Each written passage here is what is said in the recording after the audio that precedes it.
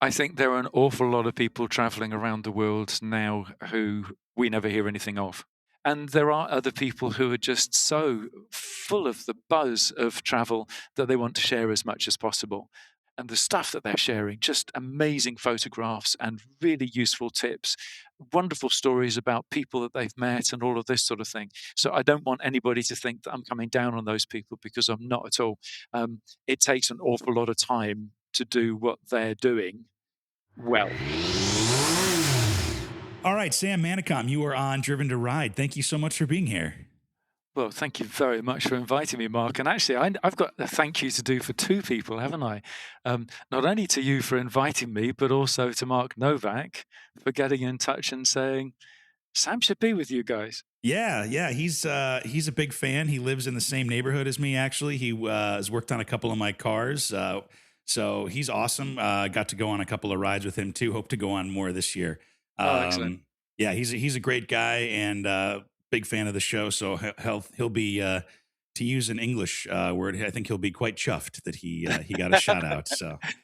He will indeed. And he probably already knows what the word chuffed means, because I use it quite a lot. Yeah, no, it's a great word. It's I hope it crosses the Atlantic a little bit more. So, but yeah, let's talk about you. Let's you've got I would say a hell of a story, but it's a hell of a collection of stories, really.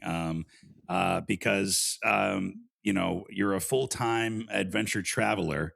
Um, is that what most people would know you for? Can you maybe share what your maybe claim or claims to fame in your case would be in your own words? I don't know about claim to fame. What am I most known for? I suppose the 8-year journey I was lucky enough to make around the world on a motorcycle, and also for the 4 books that I subsequently wrote about that journey. You know, each book takes the reader through a different section of the journey, because 8 years, there's just so much that happens. It was impossible to put it in one book. And yeah, also for the Moment Collectors books. These books are collections with 20 chapters, and each chapter is by a different travel writer. Some of these guys are really well-known authors, and others are writing for the first time. And yeah, they're collections. The theme of all of those stories is one of those moments where they're out on the road and they're just thinking, "Yes, this is why I'm out here." They've come together beautifully. It's a privilege to be involved with all of the authors. So yeah, I guess those 3 things as much as anything. Yeah, I mean, as modest as you make it sound, it's pretty epic of a time. You know, I think a lot of people have like some adventure travel in their bucket list and would love to go to some places or whatever. And obviously, maybe we won't get everywhere that we ever want to go, but circling the world over 8 years is pretty epic. So I'm kind of stoked to dive into this and hear about as much as I can, and learn about the books and everything that you've got going on. But I want to kind of start at the beginning. How did you even get into motorcycling in the first place? Beer. Oh, really? Okay, that's a good mix.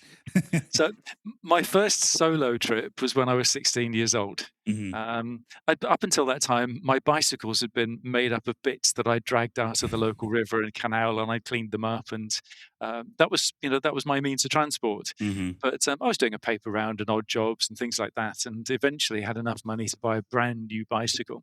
And this one had 3 speeds, which I was absolutely delighted about, because where I was living in Sussex is in the UK at the time, was pretty hilly. So 3 speeds, that was a bonus. But Yeah. anyway, I looked at this bicycle and I just thought, what am I going to do with you other than ride to school and do my paper round on it? Hmm. And my childish mind popped up with, I'm going to ride into Europe and see how far I can get.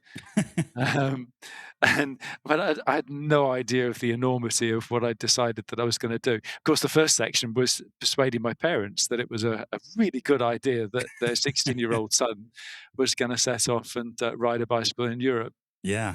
But they were incredibly supportive.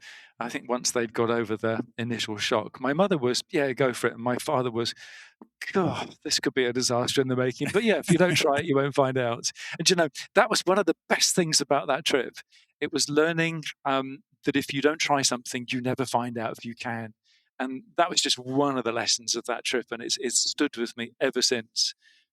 Absolute bonus, isn't it? Because, yeah, you don't always succeed with the things that you do, but if you don't Right. try, you never find out if you have got the skill, talent, luck, or whatever else is involved.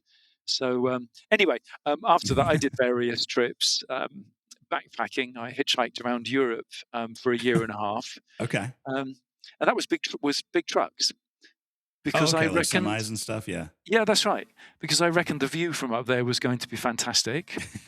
But also, these guys were gonna be going to places where a normal backpacker and hitchhiker just wasn't gonna get to. So into various shipping yards and things like that, Yeah. um, which was, a fascinating underbelly, if you're with me, to the world that I was hitchhiking through. Um, and various other trips, I bussed and trained and hitchhiked some more and had a beat up old Holden station wagon in Australia for a while and so on and so on. But, I listened to my mother eventually, who was saying to me, "Don't you think it's time to grow up?" Well, she was probably right. So, um, I tried the career lark, Okay, sure. and yeah, I was quite good at it, to my surprise. Mhm. Um, one of the things that traveling so much had taught me was how to look after people, and that I was in retail management, and selling isn't Mhm. dragging people's wallets out of their pockets and making them buy something. It's a case of, well, what does a person need?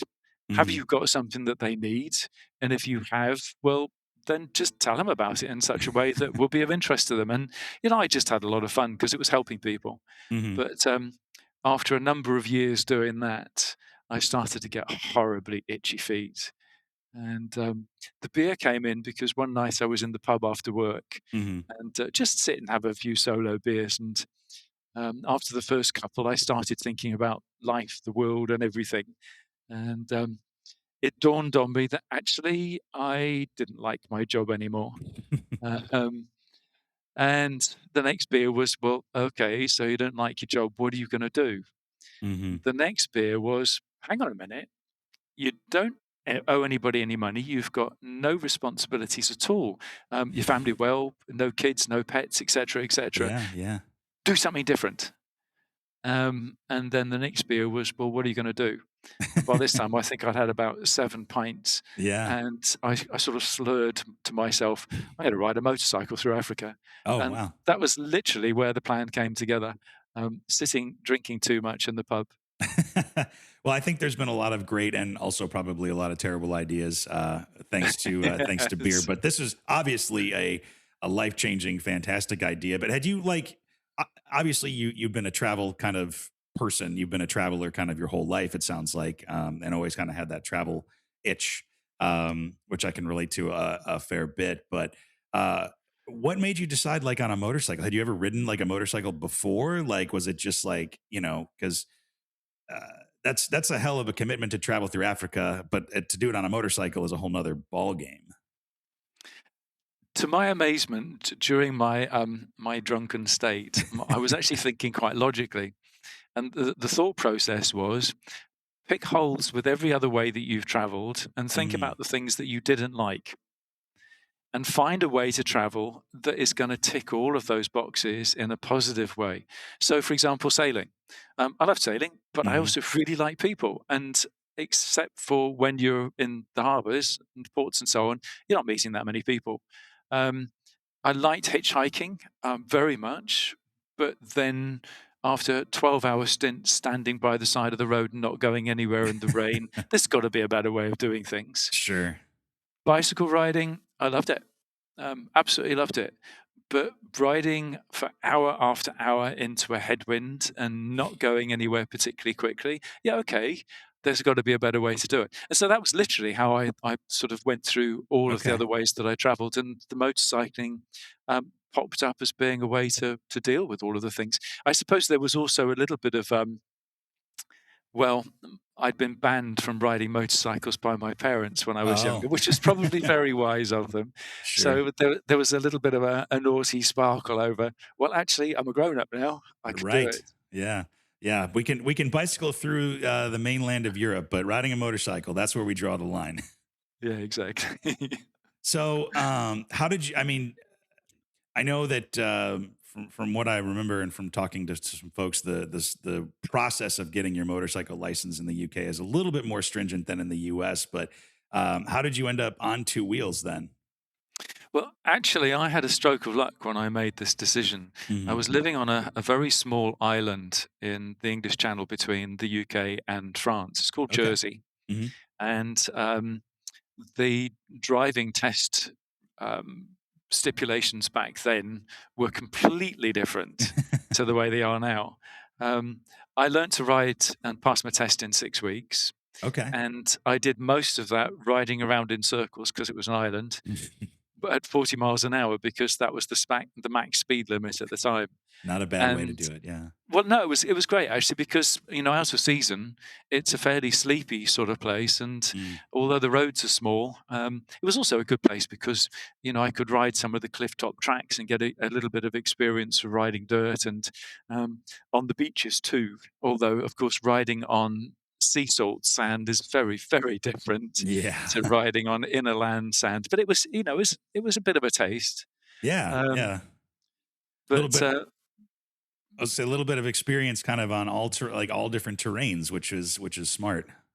Well, it was really helpful, because it taught me how much I didn't know, Mm. Okay. and that knowledge was quite a healthy thing to have, so early on. It wasn't something that made me afraid. It was just made me think, right, okay, you need to pay attention to what you're doing. If you're going to succeed with this, you've got to be firing on all cylinders, mentally and physically. Yeah. Yeah. I guess if the back tire's coming out a little bit on the sand or whatever from too much throttle or something like that, you're gonna get a wake up call pretty quick. So And it's what do you do? yeah, yeah. Did you like when you first got a bike and first threw a leg over it? I mean, were you hooked from the start? I bought a little Kawasaki KDX 125 to learn to ride on. Hmm. I had one lesson to teach me how to change gears, and the rest of it I self-taught because I reckoned that all the money that I would be spending on lessons would be gas money on the way down through Africa, Yeah. which was not a sensible decision. That was one of the bad ones. I should have had more common sense at that stage. Um, but I think when I first climbed on the 125, I was afraid of it. Mm. Um, by the time I passed my test, I was enjoying myself on it. When I went on to the BMW R80 GS, which was about 3 times its weight, then I started to feel afraid again. And I spent the first weeks riding through France and down into Italy, feeling more like some sort of motorcycling accessory hanging on the back of the bike, trying not to fall off it, Really? than I did being the person who was in control. Unfortunately, the R80 GS was a very, very kind bike to a Hmm. novice. And so long as I didn't try to do something that stretched too hard, then it would sort of plod along and yeah, let me know if it wasn't happy with something that I was doing. Yeah, it did throw me on the deck a couple of times. Hmm.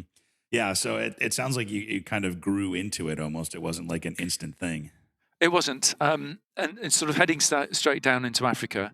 Um, my mother says that I have a strong streak of stupidity, and sometimes that's really, really helpful because it Sure. encourages you to do things that perhaps you ought not to, just because, well, if you don't try.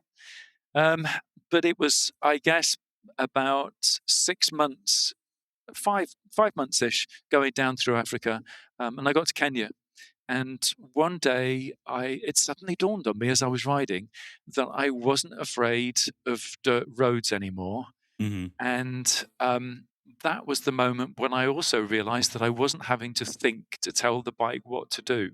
We were just doing things instinctively together. Hmm. And from that moment onwards, I started to smile big time because they're milestones, aren't they? Really are. Yeah.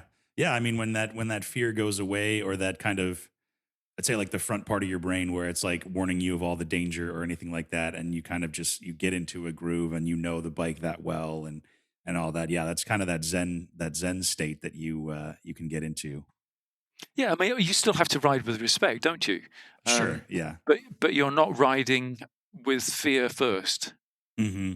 Yeah, you're focused more on like what's ahead of you rather than like how to manipulate the motorcycle or what I'm going to do Yep, in this situation. So yep, yeah. exactly. Um, so riding from the UK to Africa, through Europe, which had to have been, I mean, just beautiful to go through continental Europe and then all the way down into Italy. And how did you take like a ferry then from Italy or mainland Europe to Africa? Ferries.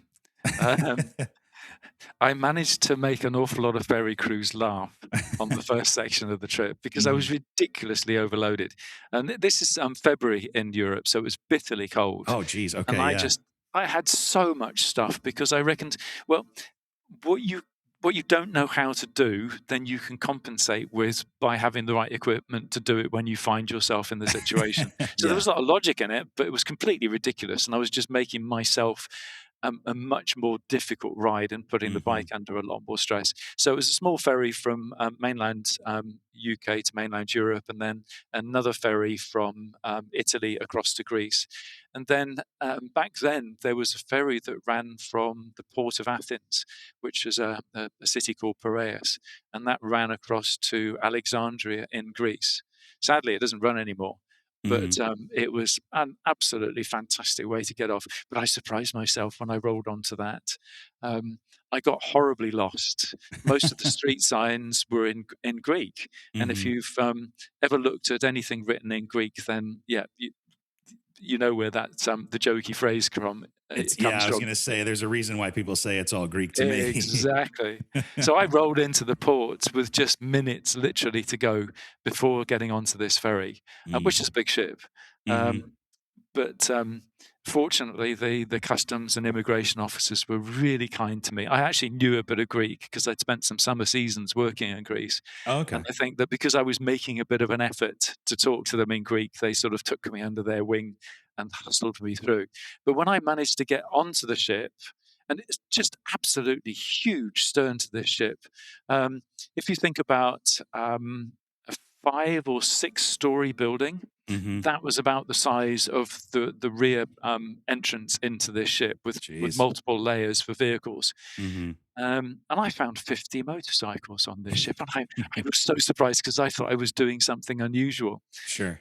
But it turned out that there was only one other motorcycle that was going further than Egypt, so I felt a little bit more comfortable that I was doing something odd. Yeah, yeah, not the only guy with the idea, but definitely in the minority to do Mhm. what you're doing. So, Mm. had you planned out the whole route beforehand, or I mean, did you kind of have a rough idea? What was kind of that planning stage, at least for the route, like? Um, I had some mishaps with the whole planning stage. It I gave myself, some time pressure in part that there's only a certain amount of, time when you can logically cross the Sahara, when Mm, it's cool enough for you to do it.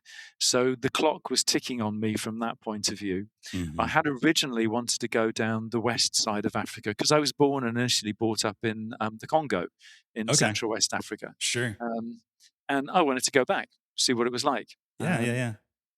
But everything, just as I passed my test, so 6 weeks into my prep, everything went pear-shaped in Algeria, and all the borders in Northwest Africa closed, and Oh, nobody geez. could tell me how long it was gonna be before they opened up. And Hmm. I had this weather clock ticking on me, and I just thought, "Well, okay, you've done almost no prep at all, but try the east side. Maybe you can get down that way." And what I didn't realize at that stage was that nobody had done it for 20 years because Oh, of geez.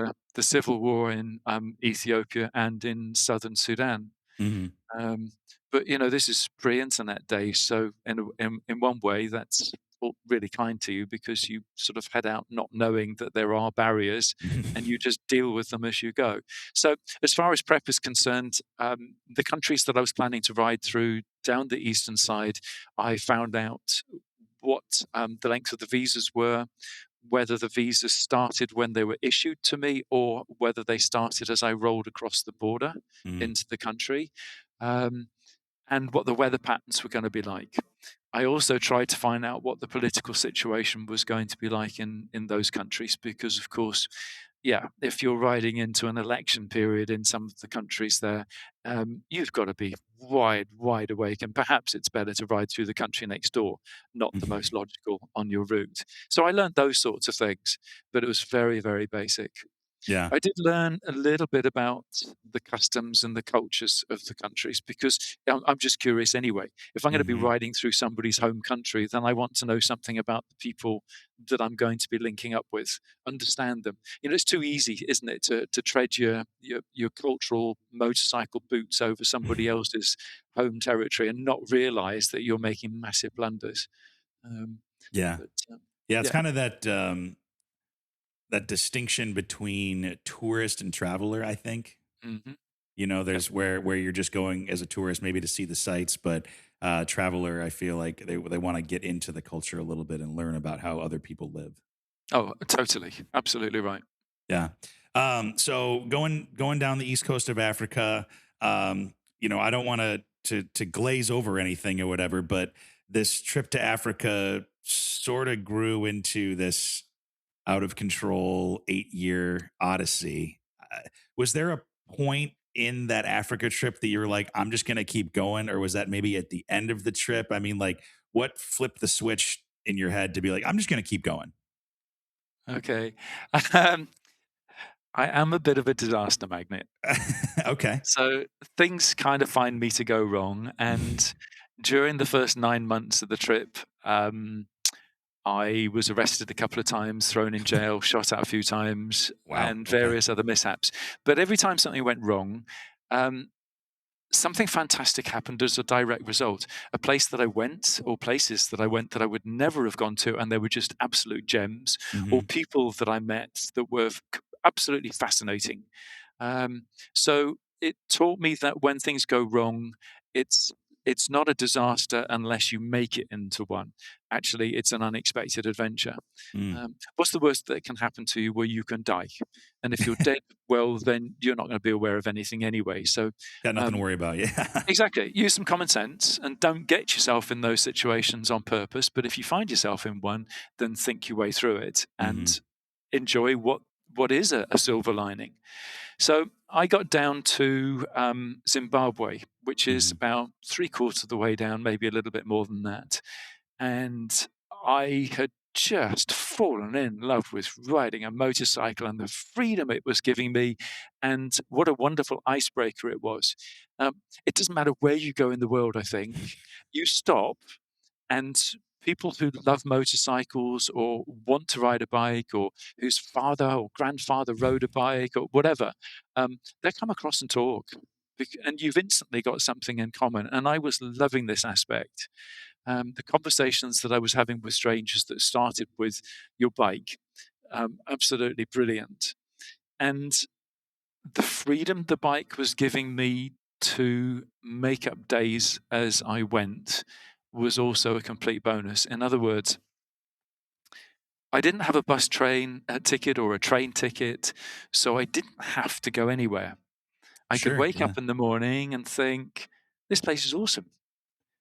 Let's stay for another couple of days. Or that side turning looks really interesting. Let's go and see what's down there.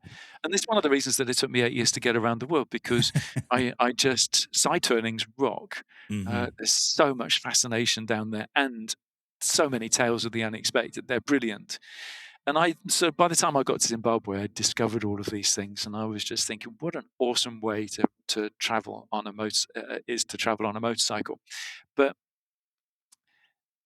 then I started thinking, yeah, but you're supposed to go home and Go back to the start a nine to new five. career, Yeah. Yeah. Yeah. and the more I thought about it, the more I could not find a good reason to do that. But I could find lots of good reasons to keep on traveling. And the beauty was, being on a motorcycle meant that I was wild camping a lot, even in Africa. Oh, sure. And that meant that I still had a big wedge of money left. And because I was mostly off the beaten track, I was going through small villages and small towns, and the prices were low. And if I ate what the locals ate in the markets and things Hmm. like that, and bought from the local supermarkets, I still had a good wedge of money left by the time I got down to Zimbabwe. And I just thought, stuff it, I'm not going home. This is Let's too much fun. Yeah. Um, Let's see how far I can take this cash with me. Oh, absolutely. And Yeah. sometimes when you're traveling, you just get strokes of luck, don't you? Hmm. And afterwards, you just think, "How was I fortunate enough for that to happen?" And the stroke of luck that I had at that particular moment was getting in touch with a shipping company, a cargo shipping company, Mhm. who took passengers. And when I spoke to them, they said, "Yeah, sure, we've got cabins free, and it'll cost you X." And, "Oh, you got a motorcycle? Yeah, sure, no problem. Just go up on deck."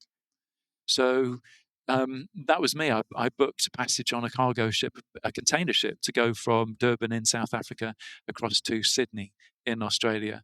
Wow. And yeah, so the next 3 months, I now had a ship clock ticking on me, not a weather clock. Mhm. Man, so that's gotta be a long journey in and of itself to go from Africa to Australia. You don't have to go north to south, but that's gotta be a long Western trip. It was absolutely brilliant. It was a wonderful way to leave a continent like Africa because it wasn't instant. You know, when you get on a plane, Right. Oh, you, yeah. you buckle yourself into a seat, and 15 minutes later, you're gone. Yeah, you're in the metal tube and you're 45,000 feet in the air or Yep. something, and you're in your own world, yeah. But on a ship, standing on the railings, on the stern, just watching Africa recede into the distance. And, you can smell the change. You can smell Mm, the land. And then mhm. that changes slowly into the sea. And the color of the water when you're close to land, because there's a big river, then the seawater is fairly muddy in color, but slowly you filter out into the azures and turquoises and so on. And my mind was just full of the adventures that had been happening for the last year. So it was an absolutely super way to leave. Yeah, kind of yeah, really like reflective breathing moment, it sounds like, where you're able to, like you said, kind of reflect on everything from the past year, kind of think about what's ahead and just enjoy the journey. No, absolutely. And this cargo ship was good fun anyway because um, it, it was at a time where passengers could go anywhere. Mm. So you could even go down into the big engine rooms, and these engine Oh, rooms geez. were Okay. Yeah. massive, and the smell and the sound and everything else, just phenomenal. I Yeah. had never dreamt I would do something like that. So that was really special. Yeah. That's Um, super cool. but yeah, Um, Force 8 Gale was special too. I'm sorry. Force 8 Gale was special too. Oh, geez. Yeah. It's getting tossed around in the sea. That's got to be a hair raising experience. But these ships, they're so big, they basically plow through these massive waves. But when you're sort of standing on the dockside and you're looking up at a ship like this, it's massive, it's huge. Hmm. But when you're in a Foresight Gale, it's tiny. It's interesting. I mean, just hearing you talk about some of these adventures and stuff, and um, I have to imagine in some of these moments you did have some fear, but you look back on everything very positively, which is super cool. Um, Over the course of your trip, at least we'll go through Africa and Australia. Did you find that like any fears or maybe insecurities or any worries that you had kind of subsided after, I don't know, maybe getting arrested, getting shot at, and they like, did you find yourself maybe becoming like more calm? This is gonna sound quite weird, Okay. but even now, so right the way through the trip until even now, it still bothers me that I'm gonna do something stupid in front of somebody else, such as drop my bike in front of a crowd, and I've done it so many Interesting. times, and Right. I Right. should know better, and it just shouldn't bother me, Hmm. but it still does. Sure. Those sorts of things bothered me more. Um, I So found during the course of this journey that a handshake and a smile and a hello in somebody's language gets you through an awful lot of situations, a lot of very difficult situations. You show respect to people, and they'll be gobsmacked to begin with, mm, and then they just sort of tentatively smile back, and then all of a sudden, so many issues just melt away. mm. And it was such a good lesson to learn that. Who'd have thunk some kindness and some friendliness can go a long way Sure. anywhere in the world, right? Oh, absolutely right. And it doesn't matter what development a country is in, whether it's third world development stage or first world. That handshake and a smile, respect. It's so important, isn't it? Yeah, yeah, for sure. Well, going back to kind of the 8 year odyssey, went from Australia. Where did you head after Australia?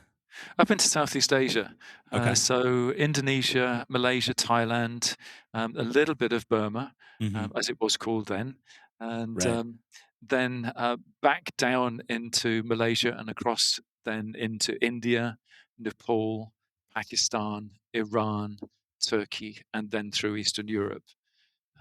For me, it's the most colourful and culturally diverse part of the world that I've been to. Hmm. It really is one of those parts of the world where when you cross a border, so much changes. Really. It's the clothes change, the vehicles change, the smells of the food change, um, the language change, of course, etc., etc. The sound Hmm. of laughter doesn't change, though. I love that. I love that. That's super cool. Um, so Southeast Asia, where did you end the trip there, or did you come over to North America, South America after that? Well, during this time, I met a German girl, Okay. and she was riding a bicycle through New Zealand. And I wasn't looking for a girlfriend, and she certainly was not looking for a guy like me. Hmm. But you know what it's like. You Sure. click sometimes, and we just got on wonderfully well. And we decided that she would come out to join me on the back of the bike in Nepal because she wasn't a motorcycle traveler. Hmm. Um, did she enjoy traveling by motorcycles, and did we enjoy each other's company when we were with each other 24 hours a day? It was a really good test, and we got on like a house on fire. And so I said to her, "Look, I'm going to South America. Okay. Would you like to come with me?" And Wow. she said, "Well, yes, but on two conditions. I want to go to Africa first." Oh, yeah, okay. I don't mind going back to Africa. There's so much that I hadn't seen, and there are Sure. some magic spots that I thought I could show her. Hmm. And her next thought was, or condition, because it was a condition, Hmm. um, I want to ride my own motorcycle. All right. And I said, "Well, yeah, absolutely. I absolutely get it." She's one of the most determined people that I've ever met. Hmm. And she actually did have a motorcycle license, but she'd only ridden a number of miles to pass her test. Um, Very similar sort of situation, as in the rules were very basic to do. And that once she passed the test, well, okay, what's next? Yeah. Yeah. So That's all you need. Yeah. she loves challenges. Uh huh. Um, but when we started riding together in Africa, she'd been riding a motorcycle for about 600 miles. Oh, So jeez. my 3 months on a motorcycle was quite experienced in comparison. Yeah, geez, and several thousand miles of mileage in Africa as well. Um, so picked up a partner on the way. Mhm. South Africa. You went back to Africa. Um, Then across to South America. So mhm, we were lucky enough to get a ship from Cape Town across to Buenos Aires in Argentina. And the two of us rode on from there down to Ushuaia and then up and across into Chile and headed up the west coast of South America. mhm. Staying away from the coast as much as possible, funnily enough, because Oh, really? we loved the mountains. Okay. Um, it's just beautiful up there, drop dead gorgeous. Hmm. Yeah, I've heard a couple of things about I think it's the Andes Mountains. Mhm. That it's one of the most beautiful mountain ranges in the world. So I think of it being a land of volcanoes because you've quite often got the shape of volcanoes tucked into one side as you're traveling along, and they're quite a majestic shape, aren't they? yeah, yeah, for sure. Um, So South Africa, and then correct me if I'm wrong, went all the way up to North America, Yep. into the Pacific Northwest and into Canada, I believe. We shipped the bikes from Colombia across to Panama Hmm. by air. This was the first time we'd put the bikes on planes, and so it was kind of fun to do it, even though it was just for a short distance, just Hmm. because it was new. Sure. And Yeah. we then spent 3 months traveling through Central America, which was nothing like enough. Fascinating place. Sure. But then up into Mexico, USA, Canada, and up towards Alaska. Then we dropped back down into the States and cut across to New York. And by the time we made it home, I'd been on the road for 8.5 years and Birgit for just over 4 years. Man, that's so. I mean, like after like what 3 years, it's like, well, I'm just gonna keep going until I decide to be done, right? It's like 3 years, 4 years, 5 years. It's just I'm just gonna keep going, which is it's very cool. I think one of the things that helped is that we both knew how to travel cheaply. Mm. Um, we knew that we didn't need loads of things to travel with. We needed to Hmm. be able to eat well, and sleep well, and we needed to keep our bikes well maintained. Hmm. Um, I mean, in North America, we stayed in motels twice in 18 months, Oh, and the wow. Okay. rest of the time it was mostly wild camping or, Hmm. little local campsites or staying on little town rodeo showgrounds and things like that, Yeah. Yeah. which was great because again we were off the beaten track a lot of the time and meeting local people, and that was just superb. But we also worked along the way for in chunks of the trip where we could, and we don't care what we do. So, if we just have a go at anything. If somebody needed some help with something, then we'd help out for a few weeks and then we'd travel on. Sure. Yeah. Well, thank you for taking me through the itinerary of the 8 year Odyssey. And the reason that I wanted you to do that is because you've written a couple books about your adventures, kind of divided up into chunks, which is fascinating to me. And I don't want to spoil anything in case people do want to read the books, because I know there's loads of stuff. I know we just barely scratched the surface, but um, what made you wanna write a book in the first place about it? Do you know, when I did this trip, I had no intention to write a book at all. Mhm. Um, Yeah, you're just doing it just because you enjoy it. Yeah. Absolutely. Yeah. But I wrote a journal every day because previous trips had taught me that when you're intake overload, it's so easy to forget the things that matter. So how things sound or smell, or people's names, or the stories of people that you're meeting along the way, all of those Mhm. sorts of things. Because when you're doing any trip, you're busy focusing a lot of your energy and grey cell time on what happens next and how to do it and so on. And Sure. so those details disappear. So I wrote a journal every day, and when I got back from the trip, I'd written some magazine articles for a magazine in the UK, and the Mhm. editor got in touch with me and said, "Sam, we're getting letters and emails from readers saying that they like your articles and they want to know when your book's coming out." Well, my attitude was, "What book?" Yeah, seriously. Um, but then I thought, well, if you don't try, you never find out if you can. Yeah, yeah. And we'd got back from the trip and had found ourselves jobs renovating semi-derelict houses, which was a great job to have when you come back from being on the road. Mhm. And at the end of the day, shower off all the brick and sawdust, and then sit down and just let the memories come flooding back. And um, I mean, it's quite a long process. It took me 2 years to write the first book, in Okay. part because it was at the end of working days, but also because when I finished the first manuscript, I went back through it and I pulled out of it only the things that I thought other people would be interested in. And that was quite a good exercise, and it was a good way of cutting it down. Mhm. So, what stories are there other people going to be interested in?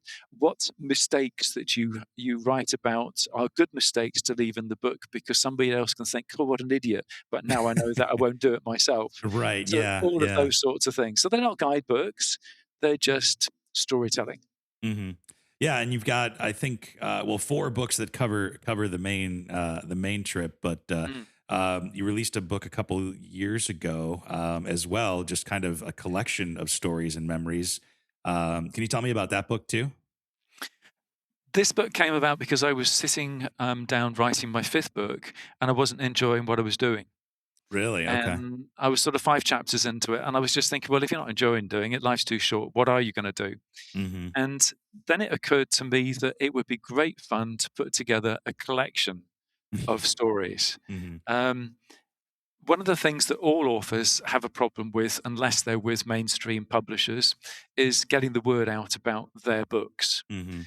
And so I approached a bunch of already published authors and said, look, I'm going to put together a book called The Moment Collectors because when we travel, that's what we do. We collect moments. Mhm. Would you be prepared to write a chapter about this country um, and wrap the storytelling around one of those moments when you're on the road and you're thinking to yourself, this is just awesome. What a great place to be. This Mhm. is why I'm out here. Um, but every single one of those authors said, yeah, absolutely delighted. And then I was watching quite a few people on Facebook. I like to watch other people's travels because to me they're just fascinating. Every travel, every journey that anybody makes is unique. Yeah, for sure. Um, and I was watching some of these guys and thinking, you're actually a really good storyteller and you've got a great story to tell. I don't know if you know how good you are." So I was Interesting. writing to these guys and saying, "Would you like to do a chapter in the Sure. new book?" And all of them said, "Oh, no, no, I couldn't do that. Me write a chapter in a book? No." Yeah, yeah. But I said to them, "Look, come on, have a go. Let's see if you can." So work with them a little bit, and I didn't have to work much with anybody. And we just put together this book called The Moment Collectors: 20 Travelers' Tales from Around the World. And people really liked it. I think in part because of the mix of storytelling styles, but also because they were being introduced into all sorts of different parts of the world. But I think also the key for me too was that they were being introduced to authors that they might not have come across before. So Sure, yeah. I had feedback from one guy who said to me, "Sam, I still haven't finished reading The Moment Collectors. But every time I come across an author and I like his style, then I'm checking him out and buying and reading his books or her books. And then I'm coming back to The Moment Collectors." And I was sitting there with a tingle as I was reading this because, yeah, it's fun. Yeah, So yeah, no, that's super cool. You're kind of uh, broadening everybody's horizons in what they should read or what stories they should get into, I think is super cool. it's what we motorcyclists do, isn't it? We find ways Yeah. to share our skills, our knowledge, our tools, whatever else it may be. And Hmm. it just struck me that this was such a motorcycling thing to do, a real sharing way. People liked it, so then we had to go at doing the Moment Collectors Asia, Yeah. which is 20 travellers' tales across the most diverse continent in the world. Yeah. No, that's super cool. And two things really I want to get to. I will get back to the books in a quick second, but Sure. you mentioned something about being able to share knowledge, share stories, all that kind of stuff. That's something that you do quite a bit as well, in going and speaking at uh, meetups and conventions or anything like that. How did you kind of get into that world? Is that maybe just an evolution from writing the book and having, or the books rather, and having people pay attention, or is it kind of, is it a Sam Manicom? I just rolled into this and started speaking at events. Yeah, the latter. Um, yeah, I'm sure you've heard of Horizons Unlimited, and most of your Yeah. listeners are going to as well. When we got back from the big trip and we were feeling decidedly round pegs trying to fit into um, holes of society, and we didn't fit anymore, Hmm. um, so a friend of ours said, "Have you heard of Horizons Unlimited? They're having an event up in the Midlands. Hmm. Why don't you go to it?" And this was the second time Horizons Unlimited had ever done an event. So we rolled up to that and we're suddenly surrounded by kindred spirits, quite a few of whom we're still friends with now. Um, Hmm.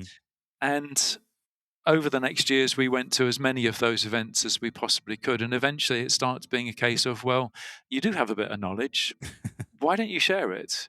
Um, you know, what sums this up nicely for me is that one of the bits of feedback I had from my first book, Into Africa, was from a guy who sent me an email.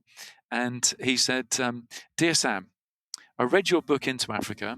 I thought if an idiot like you could do this, so could I. And I'm All sending you right. this from Nairobi." And I just thought, brilliant. That's what it's all about. Yeah. Overlanders are not special people.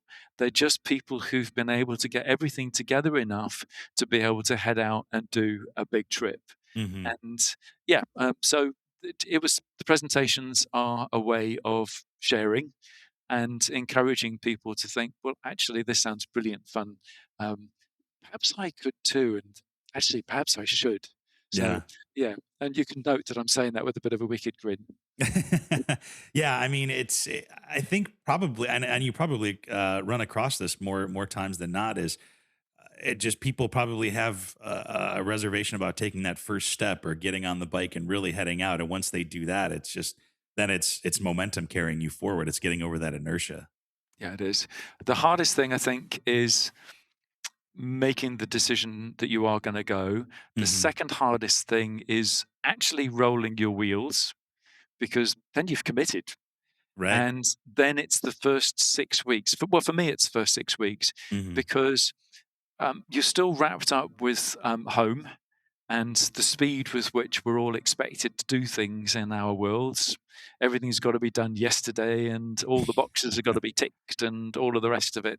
So it takes me about 6 weeks before all of a sudden I realize, actually, no, I can stay here an extra day, or it doesn't matter that I made an idiot of myself, um, except when it's in front of other people. Um, and you sort of start chilling and taking side turnings and talking to strangers and all of those sorts of things. But Mhm. those first three things, they're the most difficult. Once you've got through those, um, it's just fascinating every day. Yeah, yeah. I mean, like you mentioned, kind of going off that, being on your own speed is probably something that not a lot of people really, and whether that's riding the motorcycle or traveling fast or slow, however you want to do it, that's probably not something a lot of people really get to experience. And the more people who do experience it, the better. Hmm. Oh, Um, for sure. I mean, we're all individuals, and that's one of the beauties about motorcycling, isn't it? That we can be ourselves. Hmm. We can sit down and think, what do I actually like?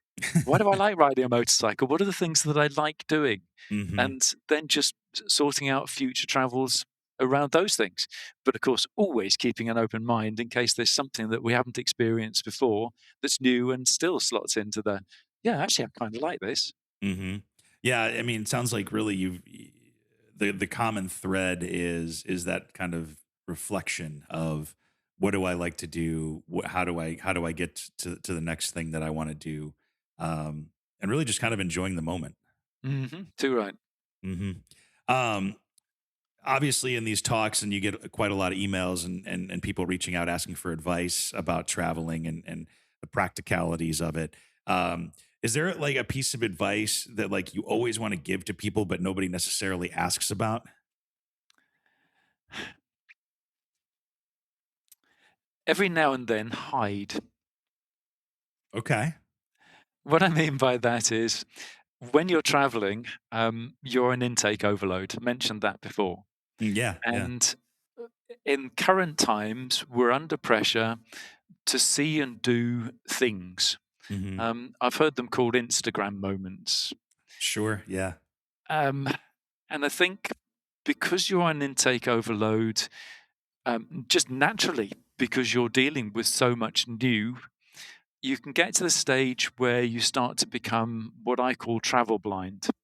In other words, you start riding with the blinkers on, the Mm. blinders, Hmm. and you stop seeing what's to the sides and you start thinking more about making it to the destination instead of all of the things that you could get involved with along the way. And I think when you start to get that sensation, that's the time to say, I need to be in one place.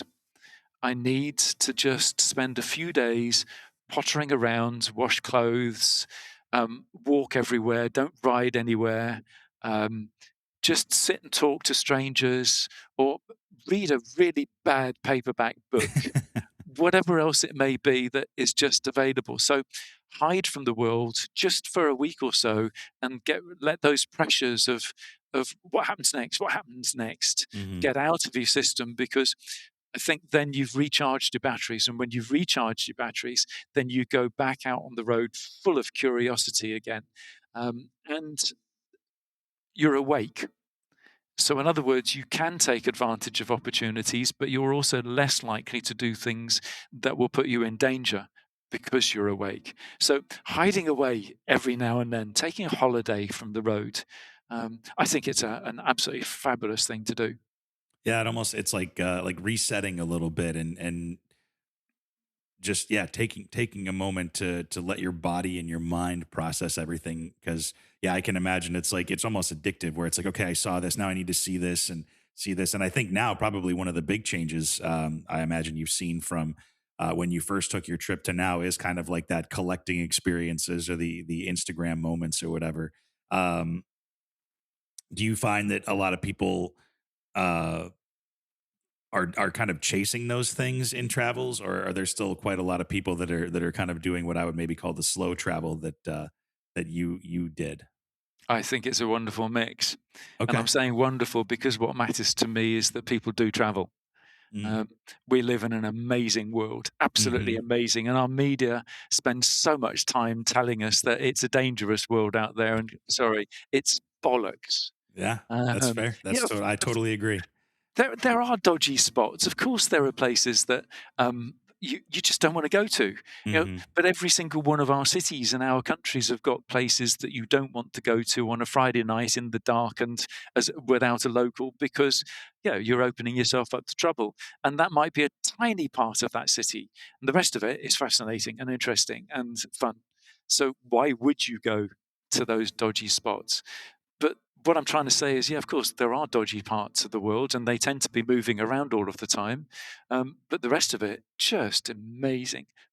Incredible scenery, fascinating cultures, really friendly people who actually they don't want to shoot you. They just want to make you welcome in their country and make sure that you have the best time possible. And that's the reality. And I think when people get out of their own countries and they go and travel, then they find this. And that's part of the addiction of travel. It's for me, it's a two thing. It's the riding the motorcycle, but all of those things too. Um, so yeah, and I lost the plot. I can't remember what you Oh, said at the no, beginning of that. just I went off no, sideways. just that, I think that, like I said, from like when you started traveling, I think there were people, there were obviously, there's always been people that just want to see the sights or do whatever. But, Yep, I think now there's kind of, like you said, the Instagram moments. People go to places to take a photo and put it on Instagram or whatever, and then move on to the next thing. Um, and I was curious, like, kind of if you run into those people on motorcycles. I have to imagine that people usually on motorcycles are more seeing the sights and relaxed. I think there are an awful lot of people traveling around the world now who we never hear anything of. Um, Perhaps you might find them on Horizons Unlimited, Hmm. because they've been there to ask a question. Does anybody have any experience of what to do in this situation? Those sorts of things. Some Hmm. of them just very quietly share the experiences that they've had, knowing that the information that they're sharing might be helpful to other people. So there are lots of people who are just quietly getting on with it and having a blast. And there are other people who are just so full of the buzz of travel that they want to share as much as possible. And I think that again is one of the advantages of being Yeah, motorcyclists. We can uh, do our thing. And it's an interesting. there are some sorry, I just wanted to say one thing. There are some Oh yeah, fascinating um, people out there traveling and sharing, and the stuff that they're sharing, just amazing photographs and really useful tips, wonderful stories about people that they've met and all of this sort of thing. So I don't want anybody to think that I'm coming down on those people, because I'm not at all. It takes an awful lot of time to do what they're doing sure. well.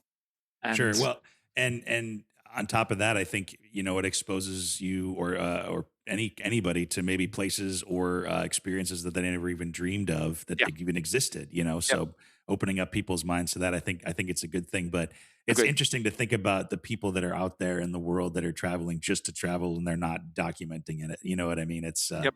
that's a fascinating thing to think about.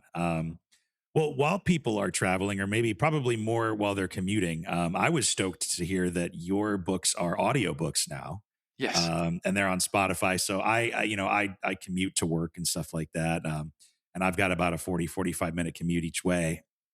And I was thinking about, okay, when I ride, I listen, commute, usually I listen to music or whatever. And I'm like, but I could listen to Sam's audiobooks while I'm riding to work and back, or driving to work and back, because it is January at the moment. But are the audiobooks a recent thing? Have they been around for a while? Tell me how you got into the audiobook thing. As always, there's a story. That's Um, why I asked, man. That's why I asked.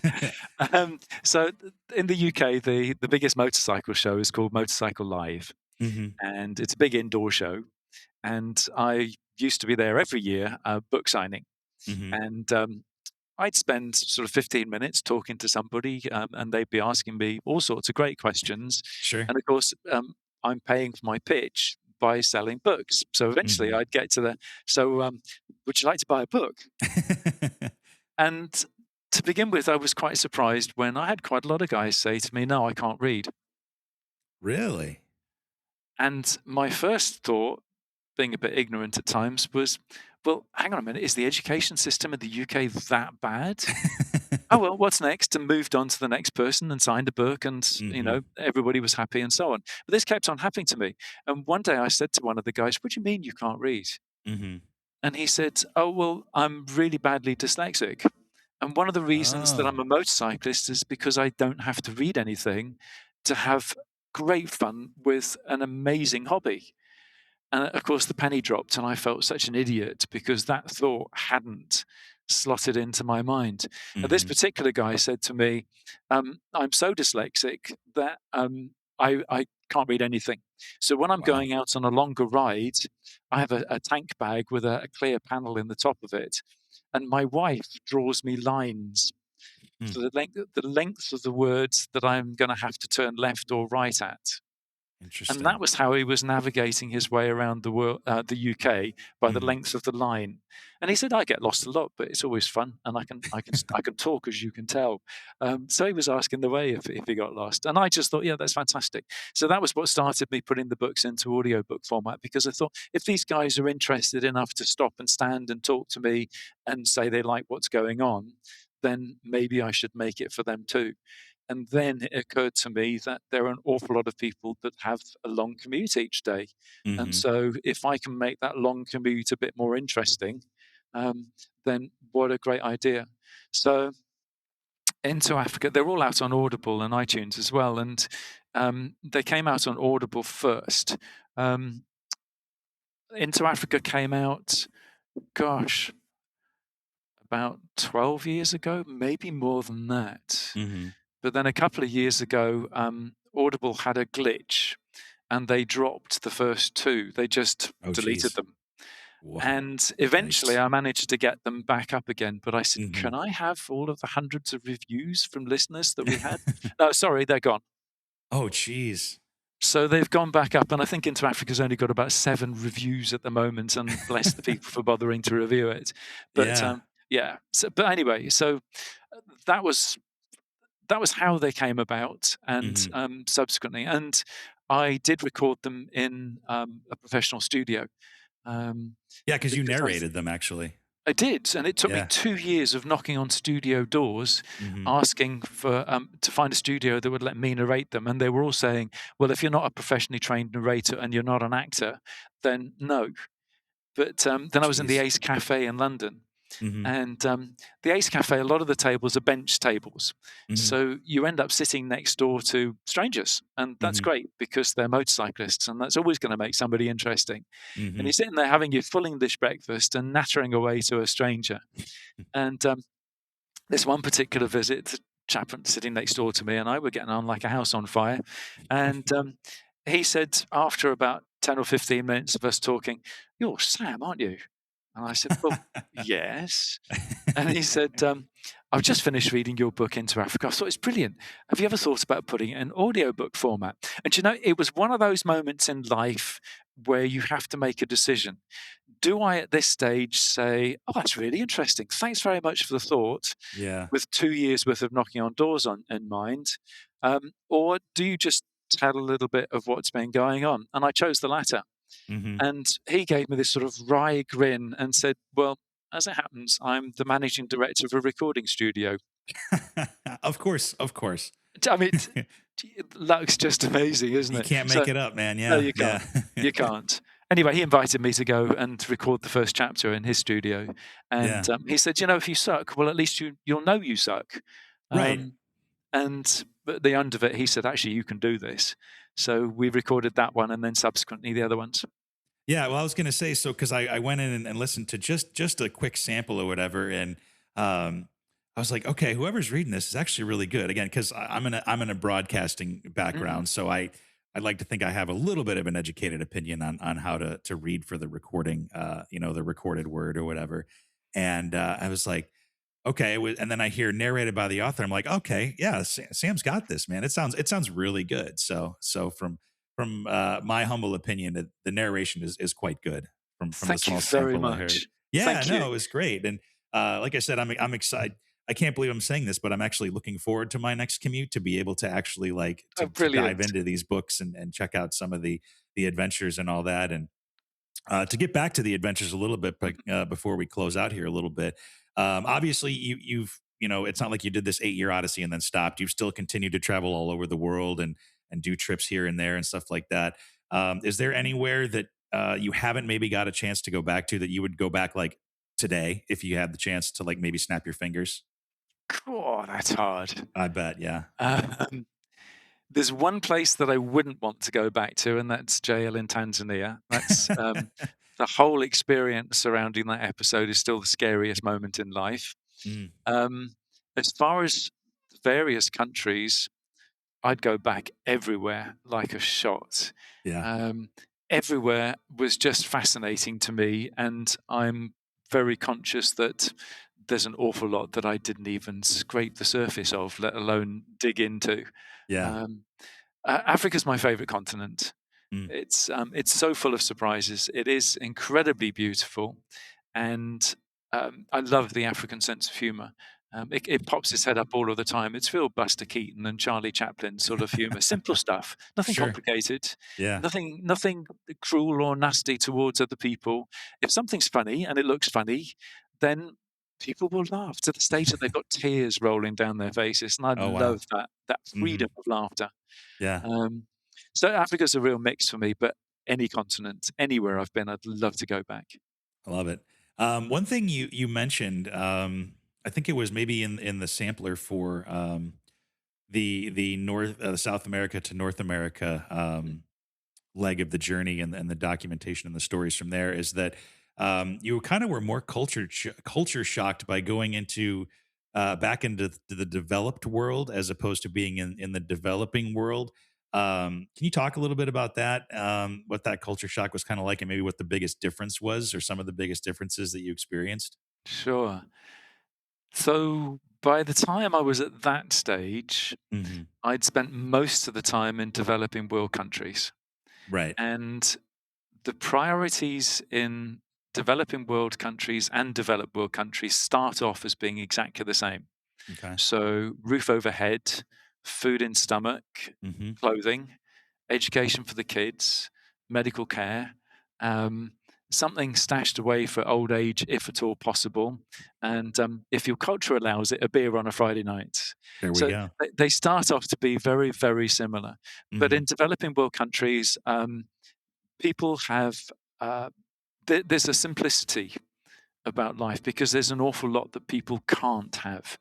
And I found that laughter came faster in developing world countries, and people seem to appreciate each other Hmm. a lot quicker. I found it quite fascinating when I met somebody for the first time, and it is the handshake and the smile, and then just to watch the person's face actually take in who you are Interesting. and very quickly form an opinion of whether they want to spend time with you or not. And in developed world countries, I don't find that anything like as much. People tend to take you as much more at face value, and to move on that much more quickly. Does that Mm. make sense to you? Yeah, yeah, for sure. Like there's a depth maybe in the developed the developing world that people kind of size you up, and maybe because the pace, it sounds like it's a little bit slower of life rather than everybody in the US or the UK or any other developed country trying to go 100,000 miles an hour. Yeah. No, absolutely. And I fall into it when I get home too. Oh Um, really? Well, the cost of living is so much more when you're in a developed world country. Hmm. You've got to work that much faster, um, all of the time to be able to meet the demands of the cost of living. Whereas you're traveling through a developing world country, and yeah, sure, you still got to fight to put food on the table. Hmm. Africa, for example, people say, well, Africans, they're only hands out for aid agency money.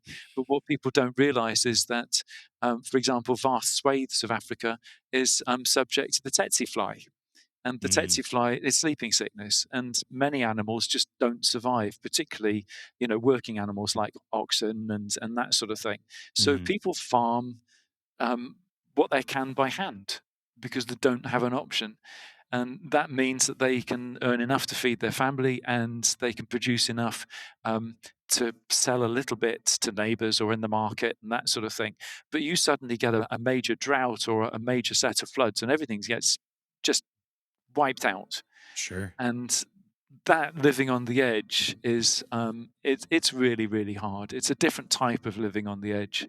Um, but yeah, living in the first world, oh, it's a challenge, isn't it? Just Yeah, yeah, it has its own challenges, and I think putting it kind of makes you think about putting your own problems into perspective, right? Because you kind of get lost in like, oh, I got to worry about this, I got to deal with this. There's this, right? And then it's like, well, I have a roof over my head, I have food on the table and in the fridge. I have not one, not two, but three motorcycles in the garage. Like, you got it pretty good. It makes you kind of appreciate what you have. And it almost sounds like that even people who don't have a lot, they appreciate what they have. And more importantly, who they're around and who they're spending their time with. yeah, I think that that sums it up very nicely. And I think, in developed world countries, we spend an awful lot of time being told that we're not good enough if we don't have this and we don't have that. Hmm. And, actually, um, you know, most of that stuff we just don't need. What we need is the time with our friends and our families and the opportunity to smile and laugh. Yeah. Um, so kind of my last question, because I mean, like we could do this for hours, We could. obviously, and so I'm hoping you'll come onto the show again, and we can kind of dig in a little bit more, of some philosophies and just dive into your trips a little bit more and stuff. But after all your travels and stuff, I think people that maybe haven't traveled so much think the world is huge, right? And it's just this immensely huge place and all that, and it is. But then you meet people who maybe travel a lot, and they, and especially as time has gone on and technology has made it easier to travel.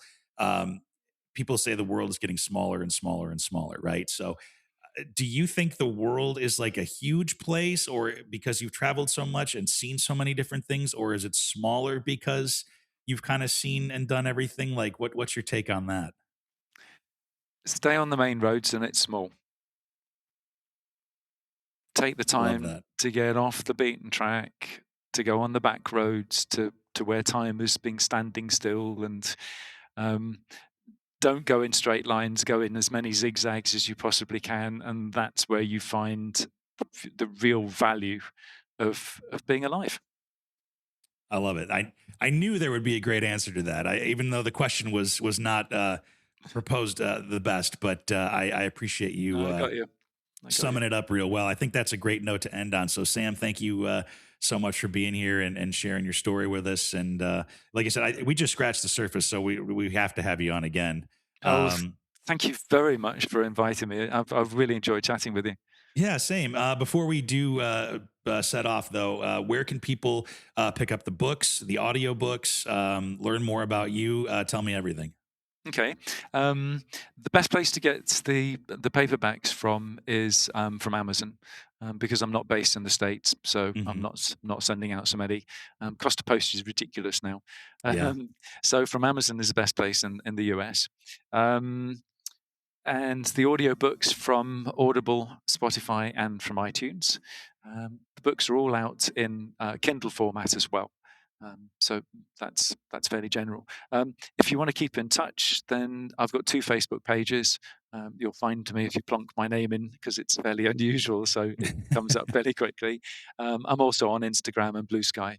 And my website, if anybody fancies a little bit of a deeper delve into what I get up to, that's my first name, so Sam, and then hyphen or dash Manicom, which is MANICOM.com. Um, and if anybody wants to link up with me at a presentation or so on, then that's where they're going to find out where I'm going to be next, because there's a page with those listed. Cool. Yeah, I was going to ask you like where's the next trip is or whatever, but between recording time and when it comes out, or the next time we chat, you'll probably have been to like half a dozen other places. So we'll have to just catch up after that. So anyway, Sam, thank you for being here, and I can't wait to do this again. Nice one. Thanks very much. Cheers.